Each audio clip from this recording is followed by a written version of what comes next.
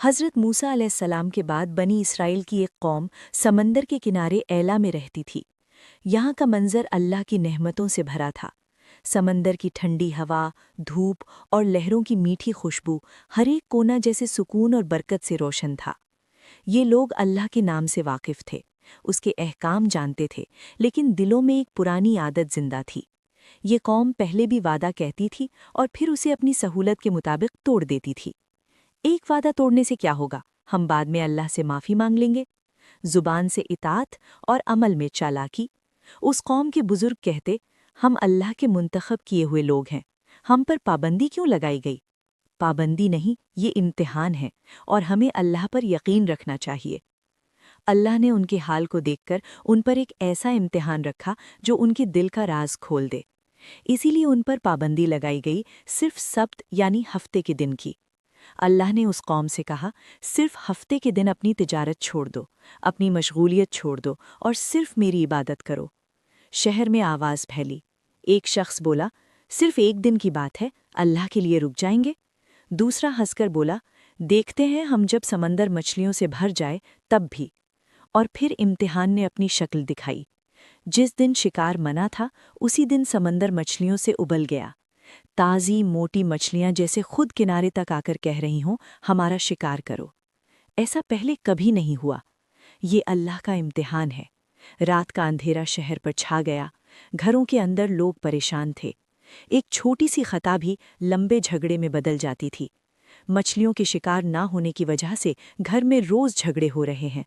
تبھی ایک خاموشی میں شیطان نے ان کے دلوں پر حملہ کیا۔ یہ دن صرف ایک راستہ روکتا ہے، چالاکی دکھاؤ اور اللہ کے حکم کو گھما پھرا کر اپنا فائدہ نکالو۔ لوگ آپس میں ایک دوسرے کی طرف دیکھتے ہیں اور ان کے چہروں پر ایک ایسی مسکراہٹ ابھر آتی ہے جو انہیں ایک بڑے عذاب کی طرف کھینچنے والی تھی۔ ایک آدمی نے بولا، ہمیں کچھ ایسا کرنا ہوگا کہ ہفتے کے دن مچھلیاں کسی جال میں پھنس جائیں اور ہمیں کچھ نہ کرنا پڑے۔ دوسرا شخص فوراً بولا، بس نالیاں نکال دیں گے، ہم مچھلیاں خود جال میں پھنس جائیں گی اور پھر اتوار کو نکال لیں گے، اللہ بھی خوش ہو جائے اور ہم بھی۔ اور پھر وہ لوگ سمندر کے کنارے گئے، نالیاں کھودنا شروع کی، جال بچھایا اور اپنی چالاکی سے راستہ نکال لیا۔ بزرگوں نے ان سے کہا، اللہ سب دیکھ رہا ہے، یہ وقت ہماری نیت کا ہے۔ نوجوانوں نے ہنس کر جواب دیا، ہم تو عقل مند ہیں، دیکھو ہم نے تو حکم نہیں توڑا، صرف ایک راستہ نکالا ہے۔ لیکن انہیں یاد نہیں تھا کہ چالاکی اور گناہ کا امتحان اللہ کے سامنے کبھی چھپا نہیں رہتا۔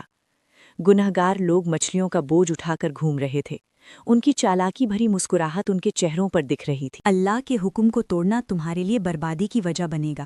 انہوں نے ہنس کے جواب دیا، ہم تو صرف اپنی عقل سے کام لے رہے ہیں، ہفتے کے دن تو شکار کیا ہی نہیں۔ بازار کے کچھ لوگ کہتے، ان کے چہرے دیکھو، لگتا ہے یہ سمجھتے ہیں کہ اللہ کو دھوکہ دے رہے ہیں، مگر حقیقت یہ ہے اللہ سب دیکھ رہا ہے۔ یہ گناہ کا سلسلہ خود انہیں برباد کر دے گا۔ مچھلی ملے یا نہ ملے، ہمارا انتظام تو ہو جائے گا۔ ہماری عقل سے مچھلیاں ملنا شروع ہو گئی ہیں، ہمیں ان نافرمان لوگوں سے الگ ہونا پڑے گا، کہیں ہم پر بھی عذاب نہ آ جائے۔ شہر کے لوگ 3 حصوں میں بٹ گئے۔ پہلا حصہ گنہگار، وہ لوگ جو چالاکی اور ہیلا سازی میں لگے ہوئے تھے اور خود کو بہت عقل مند سمجھتے تھے۔ دوسرا حصہ نیک لوگ، وہ جو چیخ چیخ کر سب کو روک رہے تھے اور ہر کسی کو اللہ کے عذاب کا خوف سمجھا رہے تھے۔ تیسرا حصہ خاموش لوگوں کا، وہ لوگ جو نہ روک رہے تھے نہ سمجھا رہے تھے، صرف دیکھ رہے تھے۔ ایک آدمی بولا، ہم تو صرف دیکھ رہے ہیں اللہ کی رحمت ان کے ساتھ ہے یا نہیں۔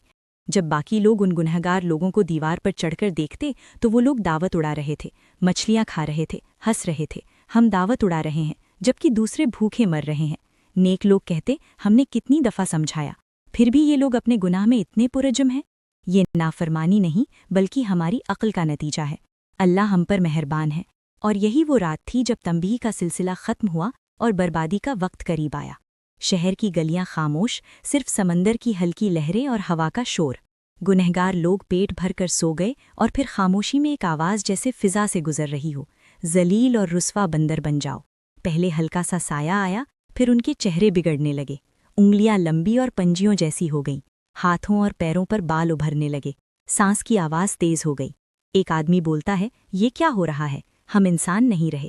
لوگ چیخنا شروع کر دیتے ہیں، ایک دوسرے کو پکارتے ہیں، مگر انہیں سننے والا کوئی نہ تھا۔ اور جب صبح ہوئی تو شہر میں خاموشی تھی۔ نیک لوگوں نے جب دیکھا جائیں گے کہاں کہ گنہگار لوگ کہیں دکھ نہیں رہے، تو انہوں نے دیوار پر چڑھ کر دیکھا، نیچے انسان نہیں صرف بندر تھے، وہی پرانے انسانی کپڑے لیکن اندر سے جانور۔ یہ خبر پورے شہر میں پھیل جاتی ہے۔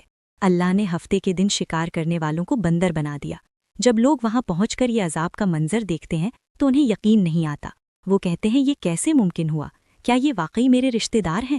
بندر اپنی آنکھوں سے اشارہ کرتا ہے۔ ایک بندر اپنے رشتہ داروں کے کپڑے پکڑ کر روتا ہے۔ وہ آدمی ان سے کہتا ہے کیا ہم نے تجھے اللہ کے عذاب سے نہیں ڈرایا تھا؟ اور روایت میں آتا ہے کہ یہ عذاب اتنا شدید تھا کہ یہ لوگ 3 دن سے زیادہ زندہ نہ رہ سکے، نہ کھائے نہ پیے،